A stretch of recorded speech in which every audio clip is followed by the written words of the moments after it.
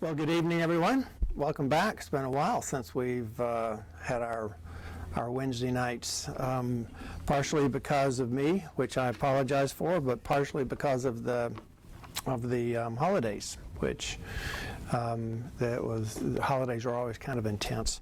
So let's pray, and we'll dive right back in. And we'll spend a few minutes trying to reacclimate ourselves to where we are, because I know that things go cold after, goodness, I guess a month is when, my notes here, I always write a note where we were, and my note says right here on 12/14. So it's been over a month, actually, since we've met. So let's pray and ask the Lord's blessing for this evening. Father, as we dive back into this book, or try to pick it up where we are, in Stephen's great sermon and the history lesson that he's given the Sanhedrin. I pray that as we go along, you'll bring to our remembrance, without having to go into too much detail as far as the review is concerned, that you'll bring to our remembrance where we are and what we're looking at and what's going on in this sermon, and that we can not only see it in its context, but to see it in its historical context, and then its eschatological context. I mean, both sides of the spectrum there. So I just pray that you will illuminate us as we continue to go through this text. In Jesus' name we pray. Amen.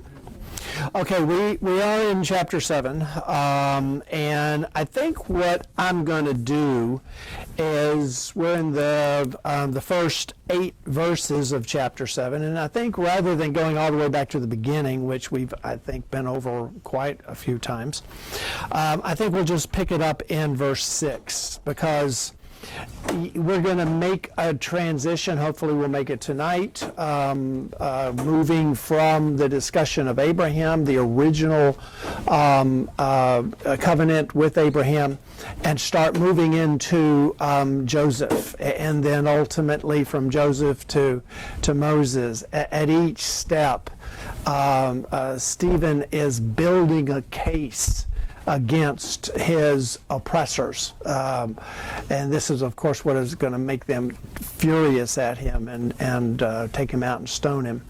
But nonetheless, let's pick it up on verse 7 of verse 6 of chapter 7. And we'll look at these 3 verses here at the end of the discussion of Abraham, and then make our transition into Joseph. And God spoke to this effect, that his offspring would be sojourners in a land belonging to others. Now, of course, it's Abraham's offspring, who would enslave them and afflict them for 100 years. You can see we're already moving into a focus on what was going on in Egypt. But I will judge the nation that they serve, said God. And after that they shall come out and worship me in this place. And God gave Abraham the covenant of circumcision. And so Abraham became the father of Isaac and circumcised him on the 8th day. And Isaac became the father of Jacob, and Jacob of the 12 patriarchs. So we see the historical aspect of this already beginning to come out. Now, let's just start back in verse 6, and let me just kind of remind you. Well, let me back up just a wee bit more, but just to touch on a couple of things. We know that Stephen has been accused of blasphemy against the law of Moses, blasphemy against God, because he's speaking against the temple. Christ said, I am the new temple. The temple is, tear this temple down and I'll rebuild it in 3 days. So they are upset primarily because of the blasphemy against the temple, because they've turned the temple really into almost an idol. And of course they've turned Moses into almost an idol, the law into almost an idol, worshiping those rather than actually considering the broader redemptive history of the Old Testament. And that's really what Stephen is doing, is taking them through the covenants, if you will, through the events that have occurred, showing them that actually he and, of course, Christ are closer to God's plan than they themselves are. They're more like the patriarchs, so we're going to see that. And Jesus and Joseph, and Stephen and Christians are obviously fulfilling the original spirit of that covenant. And so he's already talked about Abraham and specifically that that Abraham's calling occurred before there was any covenant. That it began with the calling, and Abraham's covenant was long before the law was given and the tabernacle was given. So therefore, it predates the temple and the law. So we should go back and see what kind of a covenant that God made with Abraham, and then see if their almost infatuation with the law of Moses and the temple and turning it into a shrine virtually is in tune or in line with what Abraham was actually the covenant that was given by Abraham. Now, where we're picking it up is we're already up to the point where the descendants of Abraham are going to be enslaved in Egypt for 400 years, 430 years, whichever the case may be. And Stephen has made it clear to us, or we have actually made it clear as well, that this was not something that happened by accident. It was not something that was not ordained by God or brought about by God, that sometimes God causes or allows his people to suffer. And we also learned that it wasn't just about his people. It wasn't just about the Hebrews who were in Egypt.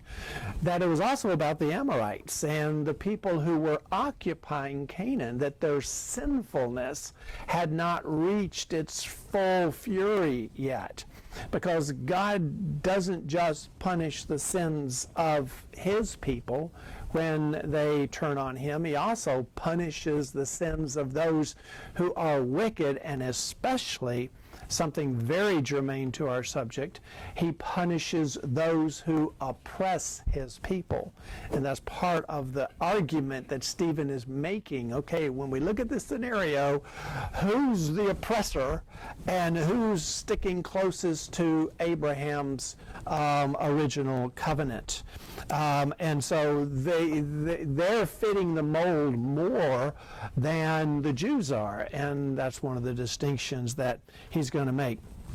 Now, we talked briefly about a so-called discrepancy between one time it's 400 years and another time it's 430 years, and that the Bible does that freely and doesn't actually try to make to explain those kinds of things, because we all sometimes speak in round numbers. And other times we speak in very specific numbers, and so it's the same amount of time there. We didn't actually go too far into that. But then finally, in verse 7, what we kind of came in contact with was that God does indeed bring judgment against those who oppress his people.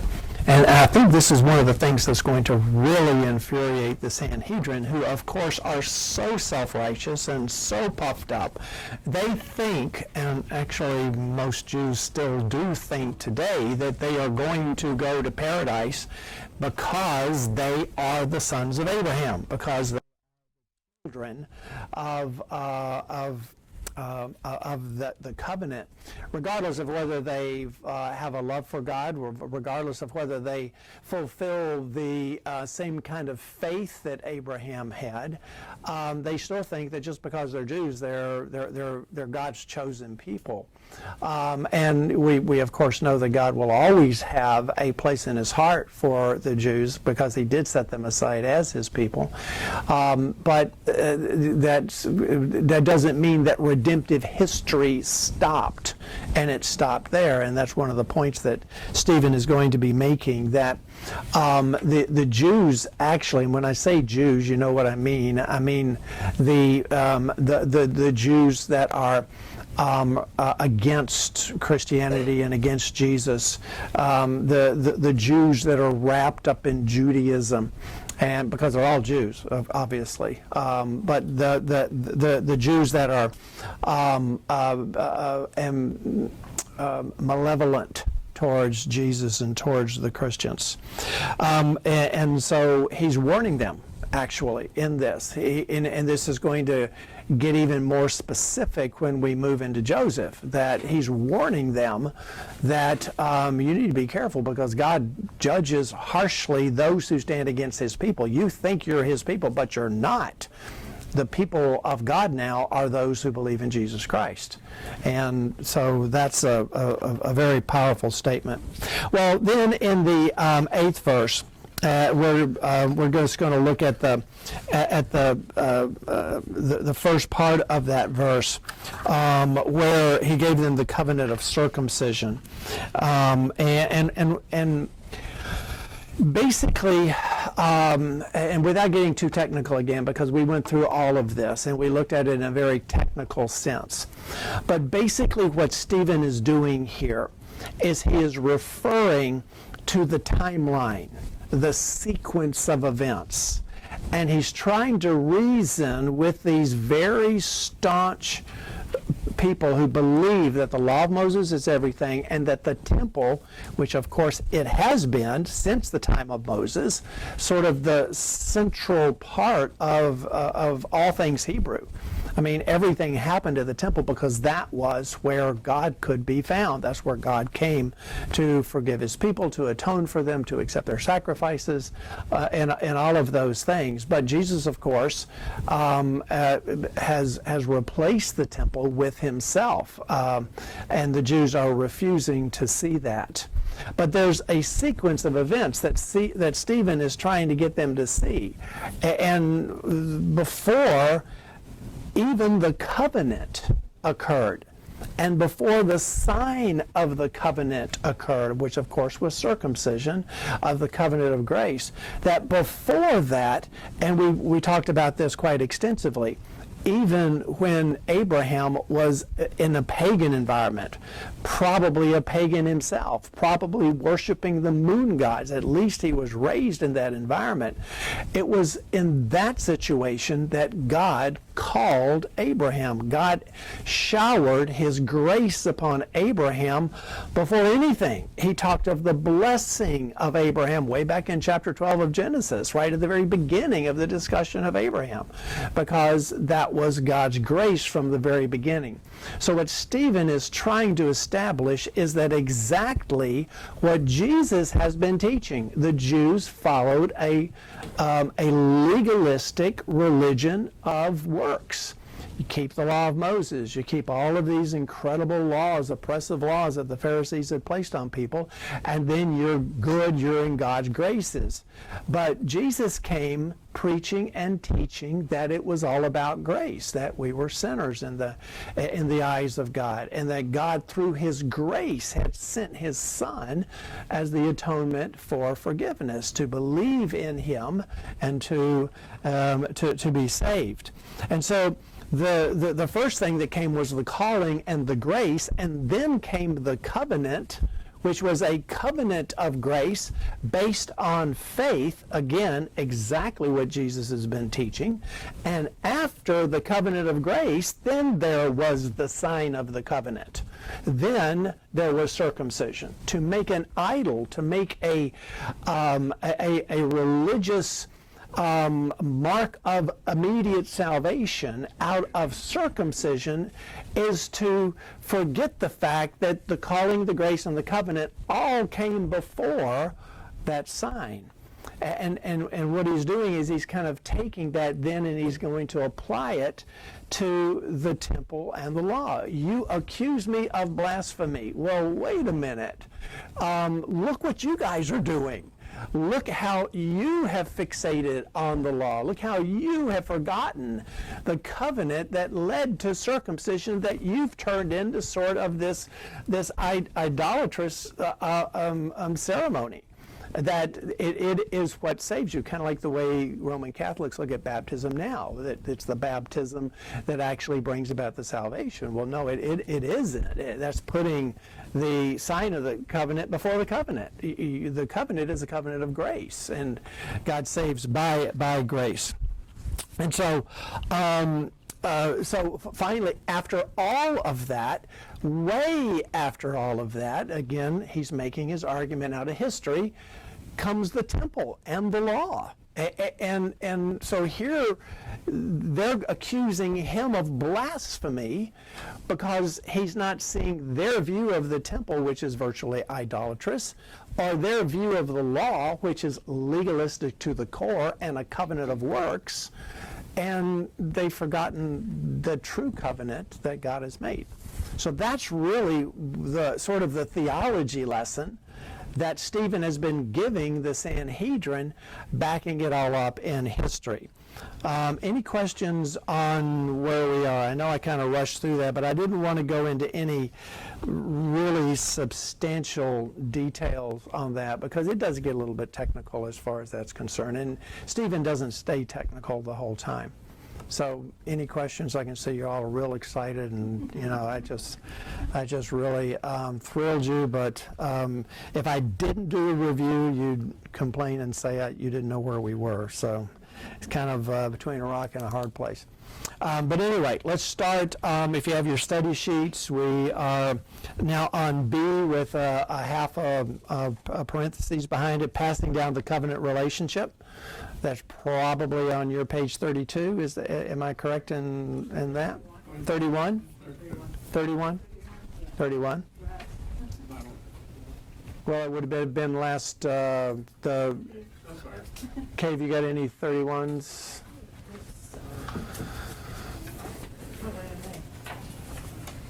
That's okay.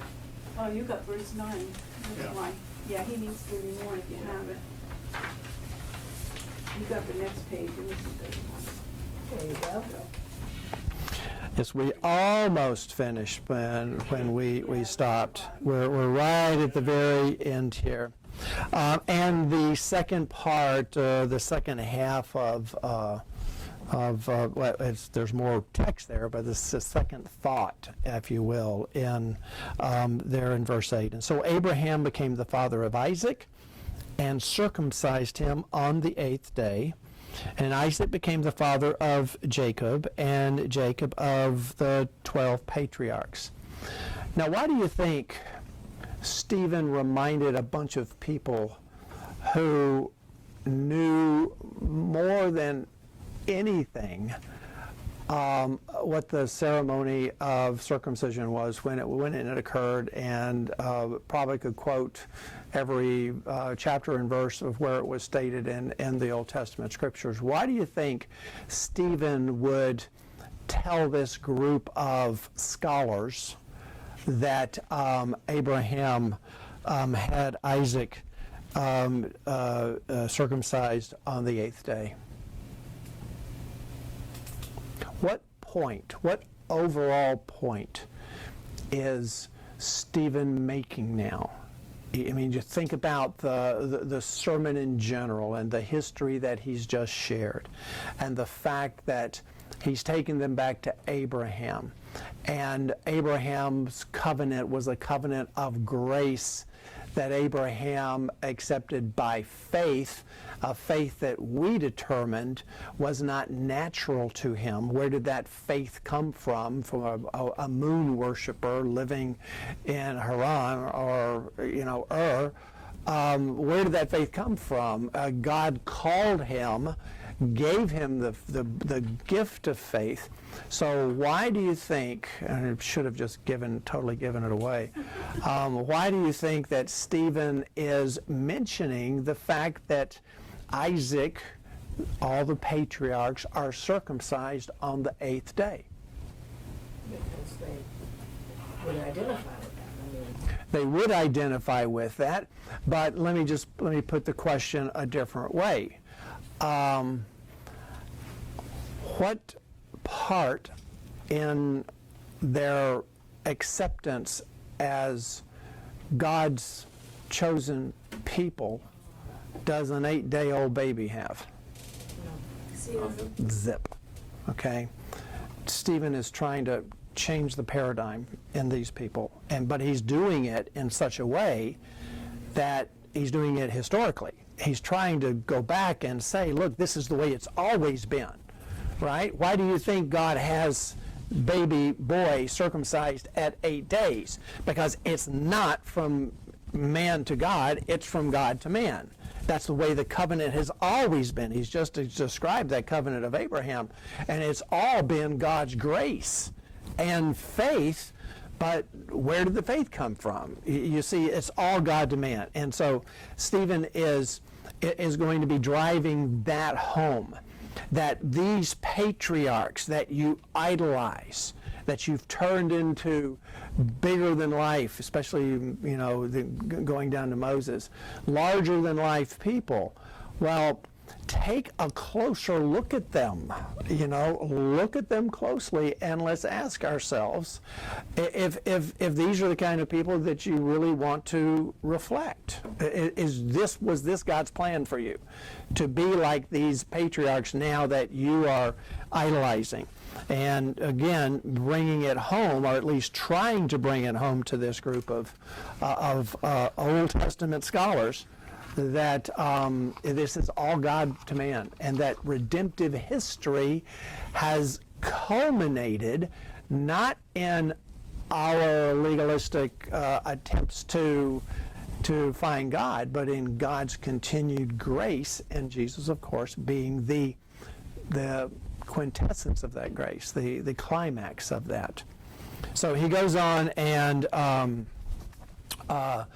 makes sure that he establishes that.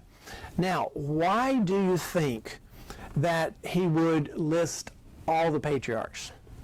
Abraham, Isaac, Jacob, and the 12 sons of Jacob. Why again list those people out when everybody in the room knew it inside and out? Okay, let me put it this way. Why did Abraham circumcise Isaac? Because God told him to. But was it just obedience? Do you think that the only reason that Abraham circumcised Isaac is because he was afraid that God would hit him with a lightning bolt if he didn't do it? Or do you think, I'm leading you, or do you think, I wouldn't make it as a lawyer at all, this would get thrown out. But do you think that maybe there is a love that is represented there? A desire to do the will of God, not just obedience because you're afraid of the volcano God, but because this is a covenantal God that has made covenant with you through a covenant of grace, and that the sacrament of circumcision is an outpouring of a far more important covenant. Okay, does that make sense? That what he's trying to get back to is the basics. In a sense, we have sort of the same battle that goes on with the sacraments today, and it's not just between Protestants and Roman Catholics that have taken the Lord's Supper and turned it into a means of forgiveness and a means of actually crucifying Christ all over again, or even within the. Didn't get that. Oh. Did you try it? I don't know when she started doing that, but she does it all the time now. Probably should take her, shut her down. Gosh, she made me lose my thought now. Where was I? What was I talking about? Sacrament. Oh, yes. Even today, within evangelical churches, one of the greatest dividing marks is, what does baptism mean? What is it? Is it covenantal baptism, or is it creedal baptism? Is it believer's baptism? And so we still have the struggling of putting the emphasis on the sign of the covenant and losing sight of the covenant. And that's what they're doing, in other words, and that's what Stephen is trying to bring to their attention. Now, we should also note that Abraham and all these patriarchs who followed him were called to righteousness. They were called to be righteous before God, and it was through their faith. And I've given you a couple of examples, one from Genesis 15, which you should remember these two chapters. Genesis 15 is the great chapter where the covenant is made, and Genesis 17 is the great chapter where the sign of the covenant is clearly established. 15:6, and he believed the Lord, and he counted it to him as righteousness. Abraham's faith is accredited to him as righteousness. And of course, we know that the faith that Abraham had was not within himself. I mean, he probably had a disposition for believing God, but our faith then as now is a gift of God. And God gives us the ability to believe in him. And the more we pursue him and the more we grow in him, the more we nurture that faith, that great gift that we have, the deeper the faith grows. And then in chapter 17, when Abram was 99 years old, the Lord appeared to Abraham and said to him, I am God Almighty, will walk before me and be blameless. Okay? So, once again, yes, ma'am. Sorry. How did Abraham know What God wanted from him, to be blameless. You said, walk before me and be blameless. The Lord appeared to Abraham and said to him, I am God Almighty, walk before me and be blameless. Yeah. But how does he know what the criteria of blameless is? Like the Israelites, he gave the law. Oh, okay, good. Okay, great question. In other words, there's no law yet. There's no established law. There's no 10 Commandments. There's no sacrificial system, no tabernacle, okay? Stephen's point exactly. Stephen's point, I mean, seriously, that is his point. That before any of those things existed, a heart, faith, loving, grace, covenant relationship existed with God, and a desire to please God, okay? The same desire that all of a sudden we have when Christ changes our lives, a desire to seek out his will and to do his will. And there's also the fact that his law, his will is written on the inside of our hearts in that situation, okay? Not exactly the New Testament situation, but that's, I mean, that is Stephen's argument in a nutshell is, hey, all of this existed before the law came, right? And Abraham had faith and desired to please God and circumcise Isaac, and it got passed down. All of this done without the law and without a temple, right? And so you're missing it. I'm the one who is now seeing that fulfilled through Jesus Christ, the culmination of that, and you guys are stuck in law and temple mode. Okay? Okay. All right. So good question. Excellent question. And once again, just to follow up on that, that with that process that I took you through, the favored status of Abraham, the blessing that God promised Abraham back in 12th chapter, all came about before the covenant. It all came about before the sign of the covenant was given. It all came about before there was a call to righteousness, to be blameless. So therefore, that's what Stephen is saying, the covenant supersedes the temple. And all that is performed there. Okay? All of those things. So let me summarize this. The first section of Stephen's sermon, we've come to the end of it, is focused on Abraham and the covenant of grace, and establishing, first of all, that Israel and its worship has all been established by God. It is from God to man. We didn't make this up. They didn't make it up back then. It has been God who has determined from the very beginning that he wants us to worship him, and he has made it clear how that worship should be. Then he gave covenants to continually bring us closer to him. These covenants were ordained by God, and they were sustained by God through his divine revelation and providence. John Stott, who's was a pastor in England, you guys may remember Life Explored. It's his church that it came out of. He also was extensively written, and he has the commentary on Acts in one of the most prestigious commentaries, the Pillar commentary on the New Testament. And he puts it this way. He says, long before there was a holy place, there was a holy people to whom God had pledged himself. And again, that brings the importance of the covenant and the people, not the external aspects of that. And that had completely turned around and become legalistic by the time that Stephen was here. Okay, Stephen is already treading on really dangerous ground, because he has just undermined in a way that infuriates heresy. What is heresy? What makes a heretic madder than anything? To be proven wrong. To be proven wrong with what? The truth. The truth. Absolutely. To be presented with their position as being absolutely diametrically opposed to the truth.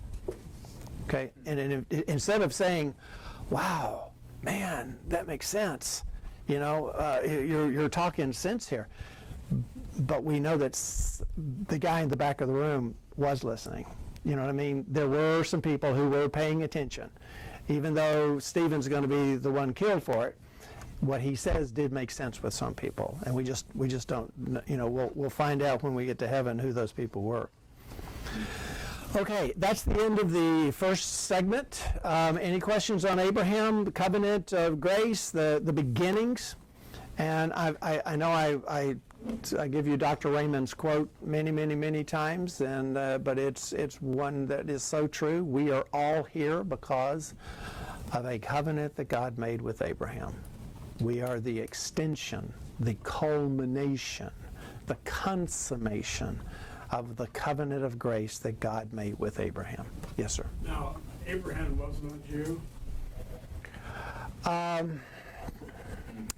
Excellent question. When did the Jews actually become the Jews? When did the Hebrews actually become the Hebrews? Exodus. Well, they became a nation at that time. Oh, yeah. But they became Hebrews through the patriarchs. So in a sense, Abraham's the first quote-unquote Hebrew. Now, there's a thread that runs from Seth, one of the sons of Adam and Eve, that runs all the way through Noah, if you will. Of course, everybody else, but those 8 were killed, and then again through that descendancy. But to really identify a Hebrew, it almost starts with Abraham. There's a covenant that God made with Noah, but it's a covenant sometimes called the covenant of promise, okay, because literally it is a promise that, okay, I just solved the problem of sin by killing everybody. I'm never going to do that again, okay? That springtime and harvest will continue until I bring the ultimate solution to sin, okay? And that, of course, is Jesus Christ. So it's the covenant of promise, and then you put a rainbow in the sky to assure us that that covenant is still in place, okay? So in a sense, that wasn't the covenant of grace, but it was a covenant of grace. The first covenant of grace, the real covenant of grace, was with Abraham. And I'll admit that there's probably a technical fallacy in what I'm saying, that probably there would be a tracing back farther. But I think just as far as the people of God are concerned, it was really when God chose Abraham and Isaac and then Jacob and then the patriarchs, and that's when they became the people of God. They became a nation in Egypt, and we're going to see that. They became a nation there. They left as a mighty nation. They came in as just a family, 70 strong. Okay. This is probably a dumb question, but There's no dumb question except the one you don't ask, okay. but some of them get real close. Okay. Who was considered the first Jew, or where the first Jews come from? Because it was his people, God's people. Where did this all? I'm probably missing it someplace. Well, again, when let's fast forward to one of the arguments between Jesus and the Jews. And when they said, we are God's people, they said, we are sons of Abraham. Okay, so they looked, that's what the patriarch is. It's the beginning of the faith. So they looked to Abraham as the beginning of what it meant to be Jewish. Okay, now I think what you're kind of driving at is the Jews are a race of people. Where did the race of Jews come from? Well, Abraham was closer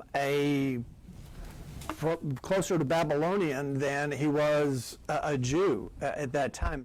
These were Semitic people that were living in that general area.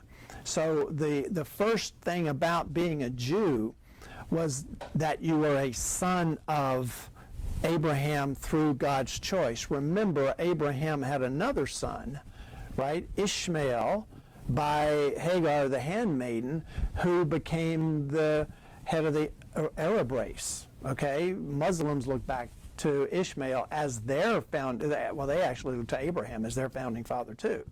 So Jews, Christians, and Muslims, all three of those religions, all look to Abraham as the patriarch of their particular faith. So actually, if you really, the progression starts at Abraham, goes to Isaac, goes to Jacob, not Esau. God continued to choose his people through that patriarch group, and then the 12 sons of Jacob become the 12 tribes of Israel. Okay, Jacob is renamed Israel, and Israel was the people of God, the children of God. Okay, so really it traces back to Abraham. Okay, and even this is a fine point and somewhat technical to chase it down, but even in the Old Testament times, a Jew was not necessarily, very rarely you had to go through a whole bunch of hoops and stuff, but not necessarily racial.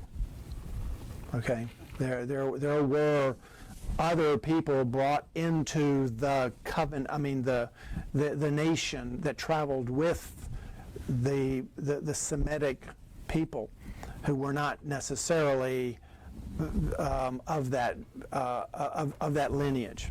Okay.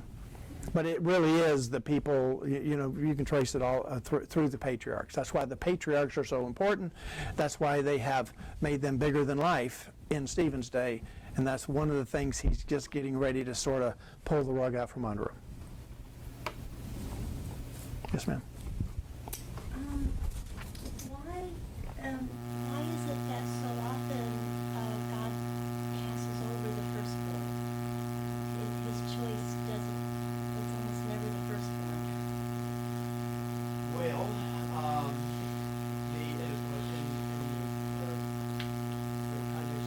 and Esau. Okay, obviously Esau was the firstborn in that sense. It is to show, right? But in a sense, Joseph is one of the 12 sons of Jacob, so he's a son of Israel. Okay, and so he's in the lineage because he's the son of Jacob.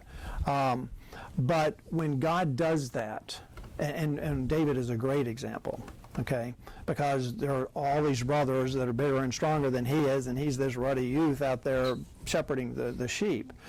What it does is once again shows God's sovereignty in election. God chooses us. He chooses the ones, the path that he will take. That's why Paul says, Jacob I loved, Esau I hated. I chose, and that's in a very predestinarian election part of Paul's of Romans, right? Romans, but it's because it's to show God's sovereignty in election. It's not something that is the oldest son is going to be the one always. Now it usually was.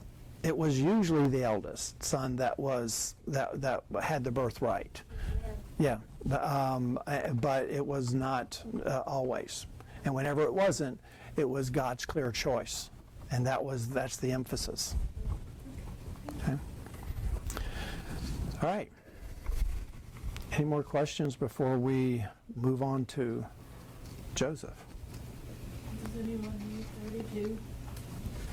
32 through, actually, Joseph is going to be 9 through 16, and I printed out twice. One was 32 through 34, and this evening we printed out 35 through 39. And 39 will take us through verse 16. So probably, we moved to 32 now, probably will not get to 35 tonight. Okay?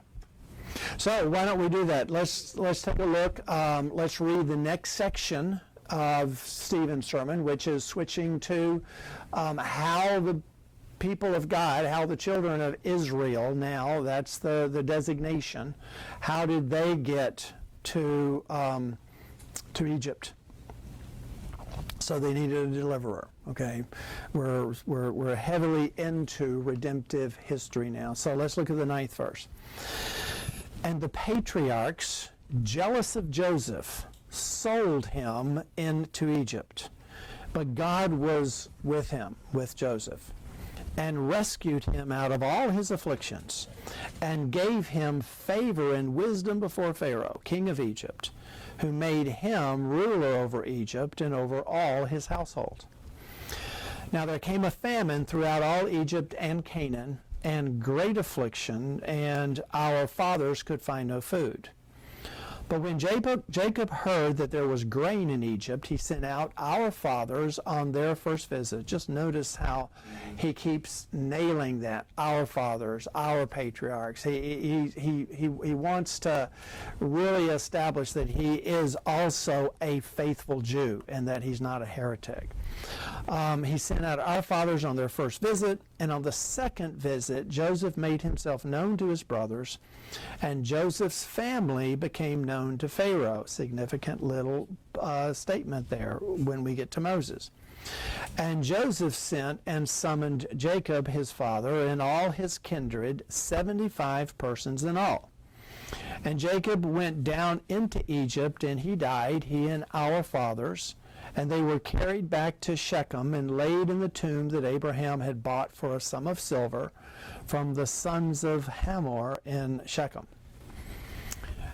And that's, in a nutshell, the summary of what Joseph did, and very selective in what he says about Joseph. So some of that is the kind of things that they teach Hebrew children when they're 6, 7, 8 years old, and some of it is some of it that's much deeper is left out. So we want to kind of figure out why is Stephen picking the material that he picks.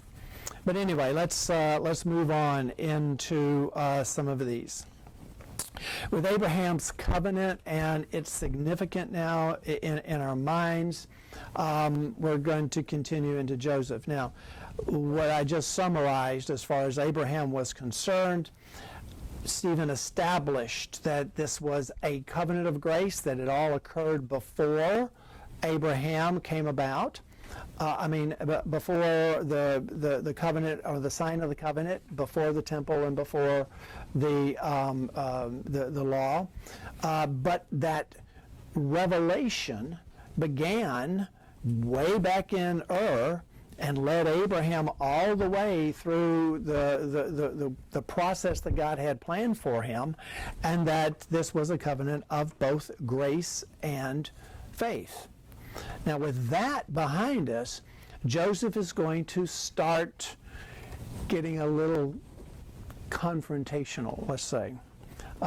He's going to begin to move towards what is going to end up being a scathing commentary on Judaism, the Sanhedrin, the apostasy of the Sadducees, the temple, what they've turned it into, and a real threat of judgment against them, identifying them with the ones they idolize, which are the patriarchs, and he jumps right into it. So let's see what he has to say. The patriarchs, jealous of Joseph, sold him into Egypt. Now, when he talks about the patriarchs, once again, using history against his oppressors, used Abraham and circumcision to supersede their fixation on the temple and on the law, again, to the sacred cows of the Jews. Now, he's going to do the same thing with the patriarchs. As I said, they idolize the patriarchs. They're the bigger-than-life people in the history of the Jews. And he's going to paint a not too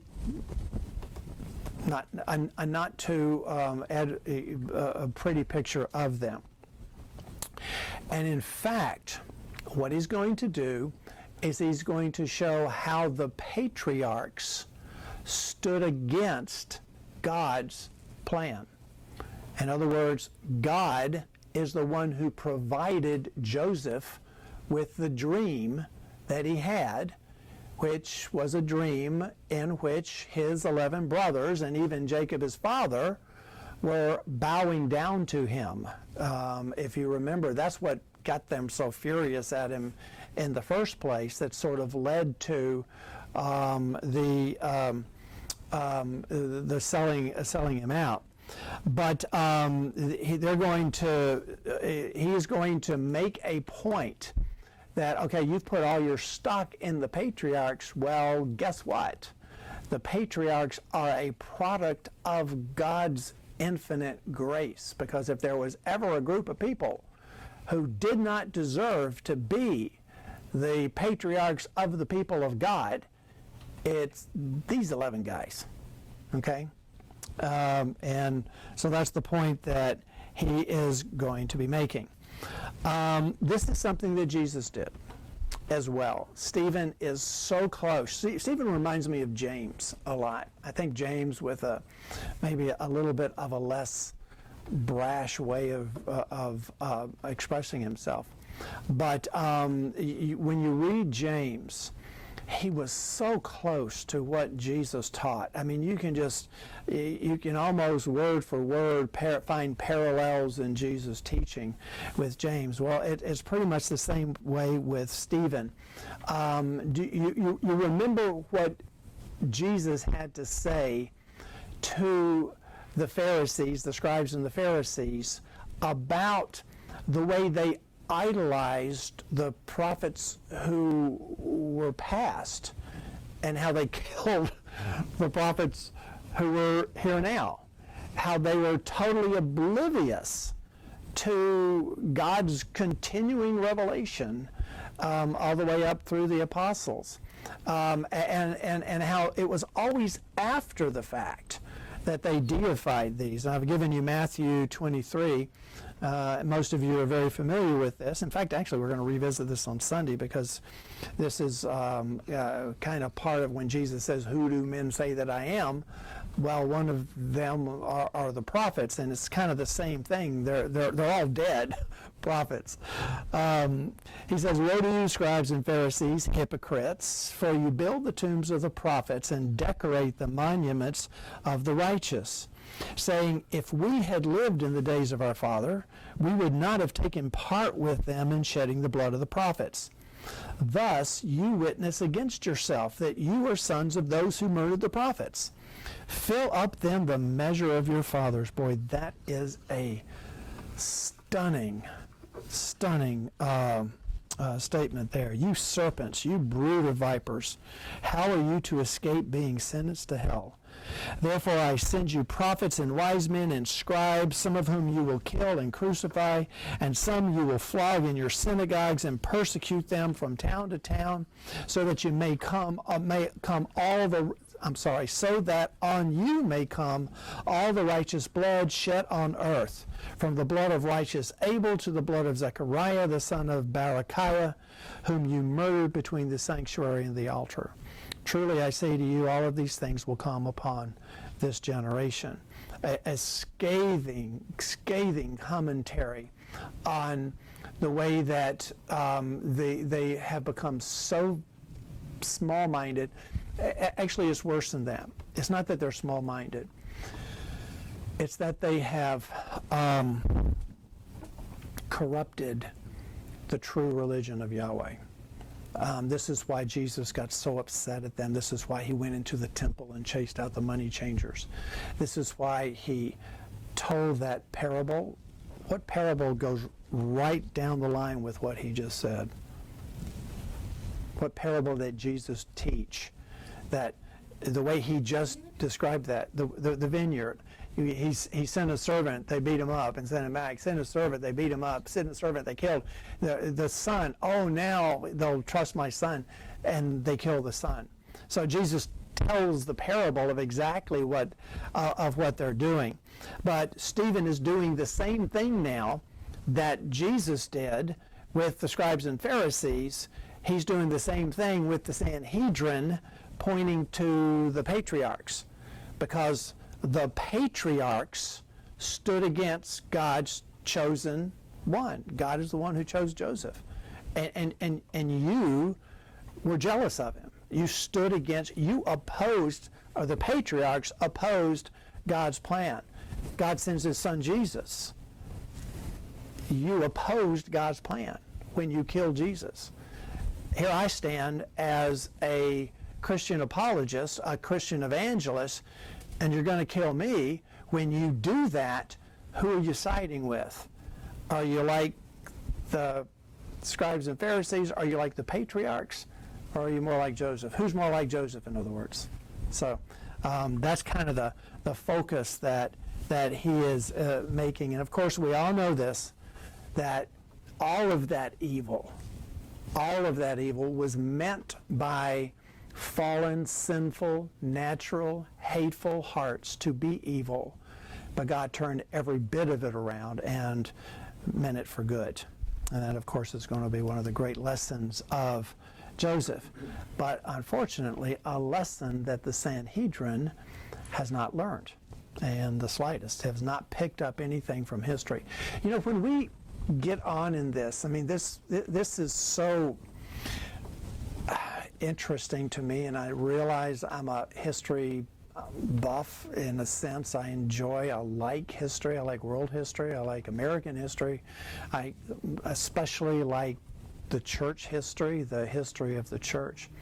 But you can just so see in each one of these people or these groups how they don't learn from history. Even though they know it, even though they know the history, and there's no one sitting in this room who doesn't know this history in and out, but they haven't learned any lessons from that history. It's just a sequence of events, or it's some philosophical or intellectual things to grasp, and they're intense lessons that have repeated themselves over and over and over again. Not only with the church, but with nations. I mean, the path that our nation is on is a path that nations have been taking for millennia, and the end product is not pretty of what happens. They implode. They eat themselves from the inside. Rome being a great example of that. Now, they're jealous of Joseph. The patriarchs, the deified people are jealous of Joseph. Now, one of the reasons for putting the language in the way that Stephen is doing it, you have to remember these are the men who killed Jesus. Okay? These are the ones who sent him to the cross, turned him over to the Romans. So he's drawing a parallel between what happened to Joseph and what happened to Jesus, which brings out an important point. Just aside, Stephen is capitalizing on it, but Joseph is what we call a type when we talk about typology. Who wants to explain to me what a type and an antitype is in typology?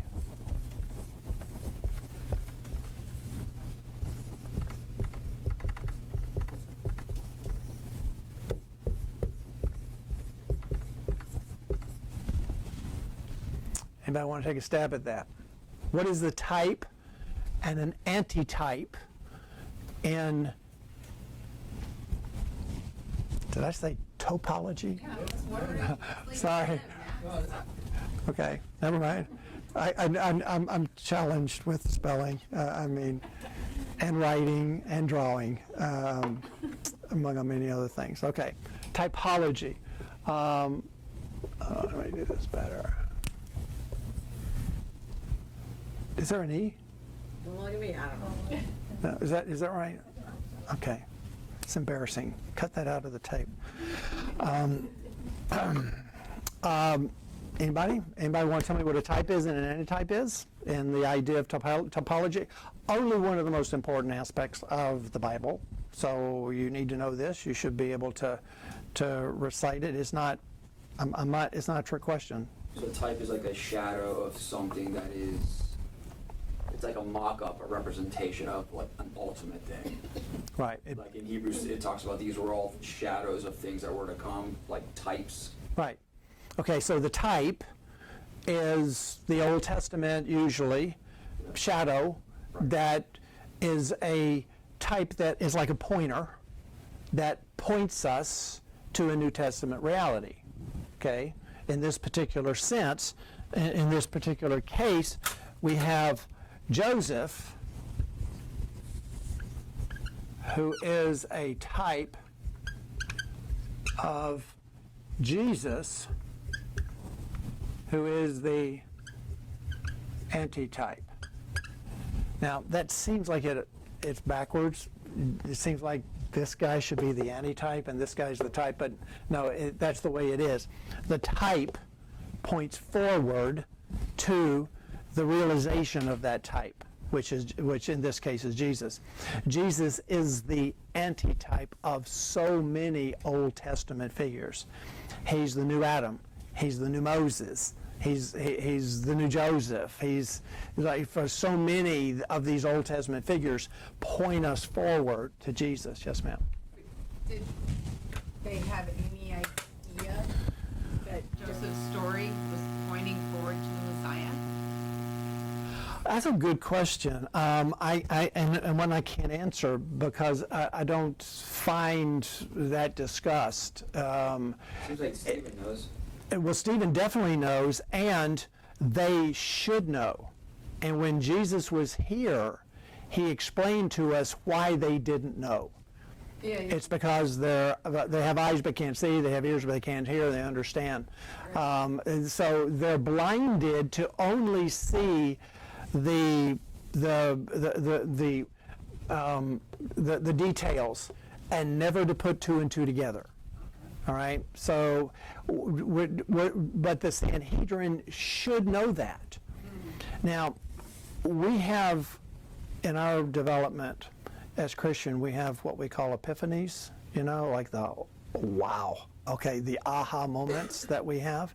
And quite often, the aha moments will center around an Old Testament type of Jesus. Yeah. Okay, that we're not thinking, we're studying the story of Joseph and not paying any attention to the fact that, whoa, this is 20 pieces of silver they sold him out for, 30 pieces of silver they sold Jesus out for, lots of correlations. Jacob met his wife, beautiful Rebecca, not Rebecca, but Rachel at a well. Jacob's well, where Jesus met the woman from Samaria at the same way. These are types that really enrich Scripture for us. They really make it so much deeper. And that's part of what the Old Testament is showing us Jesus from the very beginning and God's intention and plan to bring him. So typology is really a beautiful study and an important one because it shows you that this couldn't possibly have happened by accident. And now these men should know that. Okay. In other words, when Stephen shows them, because he's not through, he's going to go into Moses, but when he shows them clearly that, Joseph, patriarchs, Jesus, Sanhedrin, they're going to kill Stephen. You see, rather than repenting. So that's the tragedy of it. It just makes them mad because of an intense arrogance that they have. And so it's going to really outrage them. It's going to infuriate them. Okay? And here, so now that we realize that one of the things that Stephen is drawing here is a type of Joseph to kind of make I want you guys to think about Joseph and what these patriarchs that you deify and what you did to Jesus and what you're getting ready to do to me, and then just ask yourselves, which group do you associate with? Because actually, do you remember what actually it's in Mark, when Jesus came before Pilate? Do you remember what Pilate knew was the reason that they had brought Jesus before him? Do you remember that? I gave it to you. It's there, Mark 15:10. For he perceived that it was out of envy that the chief priests had delivered him up. Okay, so these words that Stephen is choosing are very carefully chosen words, right? He's making the association. The patriarchs were jealous of Joseph, just like you guys, because that's what the Sanhedrin is, the chief priest, right? Just like you guys were jealous of Jesus. And they sold him just like you sold Jesus out. And so, obviously, Joseph was Jacob's favorite, coat of many colors, the dream that he had, the firstborn of his beloved Rachel, and of course his brothers were jealous. Now, we can see that Jesus was also hugely popular at the beginning of his ministry. That's where we are now in his Galilean ministry, and crowds were following him in droves. And so there was a tremendous popularity. Everyone was talking about Jesus. Jesus was working impossible miracles. And you'll notice that the Sanhedrin and the Pharisees, they never question whether Jesus is actually working miracles, but what do they say? You're working by the power of the devil, even though they were miracles that the devil himself couldn't do. So not only is Stephen making an association between, sometimes I wish I could see these things, because the way voice intonation it comes out in the drama of these things, you just wish you could see it, because not only is Stephen making the point about Joseph and the patriarchs, he's making the point about Jesus and these same people, but he is also, without saying it, he's putting himself in the same situation. Okay, he's the one who is being oppressed by the enemies of God's people. Okay, and that's going to continue through his discussion of Moses, because if you remember, the people were pleased with Stephen. He was working mighty miracles. He was preaching with tremendous power and strength. And the early Christians in Jerusalem were doing good. At the beginning, they were in favor with the people because they were star citizens and doing a lot of good for everyone. So Stephen fills the same bill here, as we're going to see. Well, then stop me, if I get on a roll, I'll just keep going unless you stop me. But let's move on to the egregious sin of the patriarchs. And I know that we don't tend to make this association. I mean, yes, we think about those 11 brothers as being, jerks for being jealous of Joseph and selling him, and then, taking the blood of a goat and fooling their poor father who almost died from that shock. What a bunch of jerks. But what we do, and Martin Lloyd-Jones is really big on this, what we do in one of our greatest fallacies, and this is going to come up over and over again in Stephen's sermon, is that we forget, first of all, we forget history, and we don't think about tomorrow.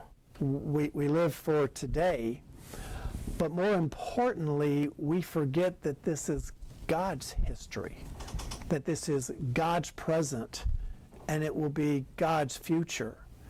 And so when we do something like these patriarchs do, I mean, the egregious sin is not just selling their brother to a bunch of Midianite Gentile businessmen. The egregious sin was that the 11, opposed God's purpose and plan. They stood in the way of God's anointed, if you will, the one that God had shown favor to, that had shown put his blessing on by setting Joseph apart. And so the 11, the great sin was to stand against God, to be an enemy of God, if you will, rather than the super righteous, holy men that they had been made out to be. Now, once again, the comparison continues. between Jesus and Joseph. From Genesis 37, then Midianite traders passed by, and they drew Joseph up and lifted him out of the pit and sold him to the Ishmaelites for 20 shekels of silver. They took Joseph to Egypt. Now, I know we just kind of breezed through that really quickly, okay? But what did Stephen make, what does Genesis make clear that Stephen is alluding to now without actually going word to word? What did the 11 do that clearly runs against what he just got finished telling them? Probably didn't word that too well. He's just finished with Abraham's covenantal relationship with God. And now he makes it clear that they sold him into Egypt, and everybody knew they sold him to the Midianites, who were who? Who were they? What does Genesis refer to them as? Oh, aren't they the ones that had to become? Ishmaelites. Oh, okay. They were Ishmaelites, outside of the covenant, enemies of the covenant of God. They sold their brother for 20 pieces of silver to the cursed son, not the chosen son, but to the son not of the covenant. Okay? Uh-oh. Uh-oh is right. Yeah, that's an egregious sin. But what did you guys do? That's right. Yeah, well, what did you guys do? You know, again, I think you can begin to see how he's doing that. You know, like for instance, from Matthew 26. What will you give me if I deliver him over to you? And they paid him 30 pieces of silver. Okay, that's no accident that the Old Testament lists 20 pieces of silver, you know, and it's not exactly, but it's still, you exchanged a covenantal brother, sold him out to the pagan Romans for 30 pieces of silver. And Peter, of course, brought this to their attention at Pentecost in his great Pentecost sermon, when he said, this Jesus, delivered up according to the definite plan and foreknowledge of God, absolutely God's will, you crucified and killed by the hands of lawless men, meaning pagans outside of the covenantal family of God. You sold your brother out. Okay? So, in both instances, this is what we don't want to miss from a broader perspective. In both instances, God's will was accomplished by the evil intent of wicked men, acting according to their fallen, evil nature. They meant it for evil, and God meant it for good. See that? The Midianites gave the brothers the money for Joseph, the Midianites being people outside the covenant. The priests gave the money to Judas, towards Jesus. Is he saying that y'all are not the covenant people? Yes. Yes. That's the bottom line of what he is. That's his argument that he's developing. Okay, now, obviously, it doesn't fit perfectly because the brothers sold their brother to the Midianites for the silver. The one who got the silver for Jesus was one of his own.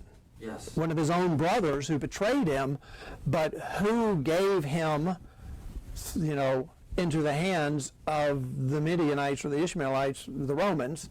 It was the Sanhedrin. Okay, so it doesn't have to, in order to be a type, it doesn't have to line up perfectly. In fact, it would be kind of suspect if it did. You know, it's the idea is pointing from one to the other, and you can learn more about the egregious nature of that sin by looking at the egregious nature of the patriarchs. Okay. Probably making more of it than what it is, because there's the whole narrative that I think it's Paul makes when he's talking about Abraham and the promise of offspring, and he doesn't say offsprings, he says offspring, and then he points to Jesus as the true Jew, as the true Israel, as the seed of the woman. Yeah. And that those that are united to him, those are the true Jew. Right. And the Israel of God. The real Israel of God, and just pointing to these guys over here that no, you're not, you're just like the Romans, you're pagans, just like the Romans are, because you have rejected God's revelation. Right. Okay. Now, important, when God reveals himself, when there's ongoing revelation, okay, this is a big thing today, there's an authentication, an authority that goes with that. When there's true revelation from God, God gives special powers to the prophet who says, "Thus saith the Lord," gives special ways for them to authenticate that their message is true and it is from God. Okay, either the message comes true, or there is some manifestation of a miraculous event that only God could do. Okay, so what the Jews were completely missing was that here comes Jesus, and he authenticates himself, and they refuse to accept it because he's not what they want. So they're without excuse, basically. Jesus says, "Go ahead and fill up the measure of your fathers." He's saying, "Go ahead and kill me." He's telling me that you killed the prophets and this and that. Now go ahead and fill up the measure of your fathers. I think that. What's he saying? Well, along with that, he says, the blood of every unrighteous murder is upon you, from the murder of Cain, all the way by Cain of Abel, all the way to the present.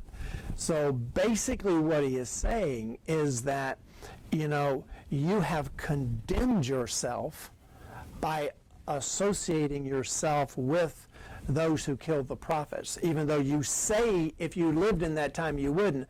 But the fact that you are doing the exact same thing now, and in a sense, I've never actually seen it as sort of not a threat, but go ahead and do it. They end up doing it. Take your best shot. They end up doing it. I think that basically, at least the way I read that, is that pull down upon yourself the full measure of the sinfulness of your fathers. It will all be brought upon this generation because of what you are doing now. And I think that it's the nature, and probably it's wrapped up in that, yes, I know what you're doing. You're going to kill me within a matter of days, or weeks, or whatever. But it's going to be very soon.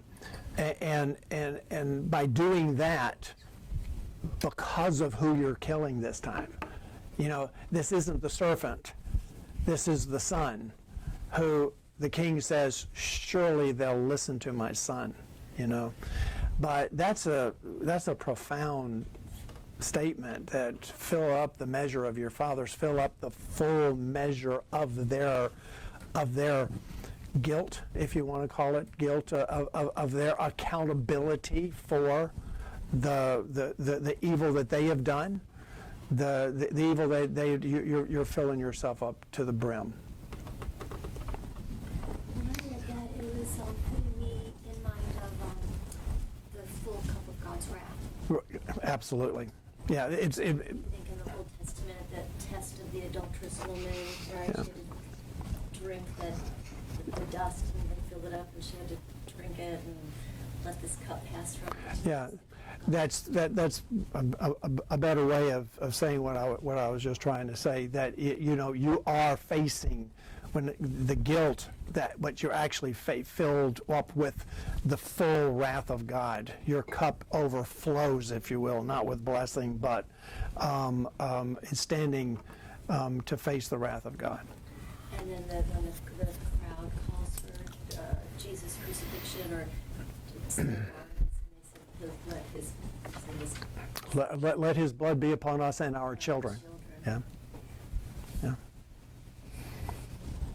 So, pretty powerful stuff now. The room's getting kind of thick. Not this room, but that room. You know what I mean? I know he is. You see him smiling the whole time, going, I have to say this. But This is what God is telling me to say. they say the guy looked like an angel while he's saying this. Yeah. Wow. And what gets me is they let him keep talking. Yep. Nobody kills him there right then and there. Yeah. They let him have his piece. We must say something for the forum or wherever they're at. He must have it. There must be a standardized time limit or something that they have to let him speak his Yeah. say or something. Maybe it's like Congress, as long as you stand up and don't sit down. Every word is a Well, shovelful.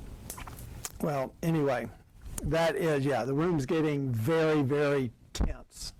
And we're not even Not even there yet. we're not even there. We're just getting going. You know, he's just starting to ramp up this scathing commentary. So good. We're developing the fact that Stephen is beginning to create in the Sanhedrin an outrage that is brought about by their blindness and their arrogance. There's a tremendous amount of arrogance that is wrapped up in unbelief, and so it's not just that Stephen is hitting home, hitting their buttons, if you will, with the truth. It's that they are so arrogant in their belief that they are the chosen ones, that they get particularly angry and nasty and outraged. And again, is that any different than it is today? One of the easiest way to make people mad at you is to stand up for the truth of Jesus Christ and to tell someone that they are sinners and they're in danger of hell. You're not going to make friends and influence people that way, but that's the truth, and that's basically what the argument that Stephen is making. It reminds me of Jack Nicholson and A Few Good Men. You can't handle the truth. Okay. Stephen, this is like a masterpiece. Yes, this is. Just getting started, it's already like. That's the reason I'm taking time in this sermon. The first great sermon of the Bible, of Acts. I mean, the fullness of it, and you can begin to see the reason why. All right. So they're outraged. They're filled with arrogance. Calvin makes this point. Therefore, the Jews have small cause to brag of the excellency of their kindred, because that's where Stephen is going. He's not only going after what they did to Jesus, he's going after their idols, the ones that they revere, the patriarchs, and showing that not only did they do bad things, which of course everyone knows, but at that moment they were standing against the will of God. Now, Jesus makes a similar case, and I kind of loosely refer to this, but out of John 8, that 8th chapter of John is so powerful, actually they're all powerful. What tremendous gospel that is. But, Jesus is talking about sinfulness and being slaves to sins, and they answered him, "We are offsprings of Abraham and have never been enslaved to anyone. How is it that you say you will become free?" Jesus answered them, "Truly, truly, I say to you, everyone who practices sin is a slave to sin." Now, of course, we know that what the Pharisees say here to Jesus is wrong on virtually every count. How can they possibly say we've never been slaves to anyone? They're slaves at the moment. They're not free men. They're beholden to the Romans. But for 400 and something years, they were slaves in Egypt. Was that the only time they were slaves? When else? The exile in Babylon? I mean, so what are they saying? Where's their reasoning when they say that to Jesus? But regardless, even if they deny that they were slaves to anyone, they cannot deny what Jesus says, that if you sin, you're a slave to sin, and Jesus will put them in their place. And the reason I'm reading this is that we're not getting these exact same words out of Stephen, but I think that this is the impact that it is having on his audience. They answered him, "Abraham is our father." Again, there you have it. Abraham's our father. I'm saved. I'm a child of the covenant. I'm a child of the kingdom because I am a child of Abraham. Jesus said to them, "If you were Abraham's children, you would be doing the works Abraham did." That is so huge. If you were truly children of Abraham, if you were God's people, then you would be like Abraham, a man who understood that he was brought into a covenant by grace and who loved God and followed him and sought to be blameless before him, not because of a bunch of rules and regulations, but because he loved God and God loved him, and he had a relationship with him through that covenant. In verse 40, "But now you seek to kill me, a man who has told you the truth that I heard from God." This is not what Abraham did. You're doing the works your father did. Okay? Jesus said to them, "If God were your father, you would love me, for I came from God and I am here. I came not of my own accord, but he sent me." Anybody see modern relevance in what Jesus just said? If God were your father, you would love me, for I came from God and I am here. I came not of my own accord, but he sent me. Jesus says, if you are truly a child of God, like he said in the prologue of John, then you would love me. What did he say in the 14th and 15th chapters of John? If you love me, keep my commandments. If you have no desire to keep God's commandments, what does it mean? You don't love Jesus, and God is not your father. Okay, that's a, I mean, I don't know how clearer you can get than that. Why do you not understand what I say? It is because you cannot bear to hear the words. This is Jack Nicholson all over. You just can't stand to hear the truth. You are of your father, the devil, and your will is to do your father's desires. He was a murderer from the beginning, and he does not stand in the truth because there is no truth in him. When he lies, he speaks out of his own character, for he is a liar and the father of lies. And boy, I tell you what, Stephen is making the exact same point to the Sanhedrin now. If you were truly sons of God, then if you were the sons of Abraham as you claim to be, if you truly paid attention to Moses, who talked about me, Jesus himself said that in the 5th chapter of John, then you would truly love Jesus. You would love me. I would be your brother. You would be my brothers. And we would have unity in the Spirit of God. The fact that you are getting ready to kill me, or, we're headed that direction, the fact that you killed Jesus, what does that mean to the room? you're not God's people. You're not God's people. If you were God's people, you would love Jesus. Since you don't love Jesus, you are not God's people. So, you are doing the exact same thing that these patriarchs that you love so much did to Joseph. You not only killed him, you not only turned him over to the Romans, but you supposedly, the ones that God has given so much to, you opposed the will of God by killing his only son.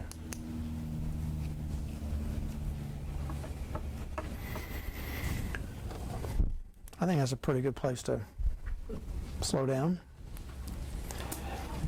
That's the big point, that the patriarchs oppose the purpose of God, therefore they cannot be in and of themselves the people of God unless God shows grace upon them, which he did. And that's why, like I said at the beginning, there was no group of people that were less likely, that were less deserving of being God's people than those 11, and yet they were, because of grace, because of God's grace.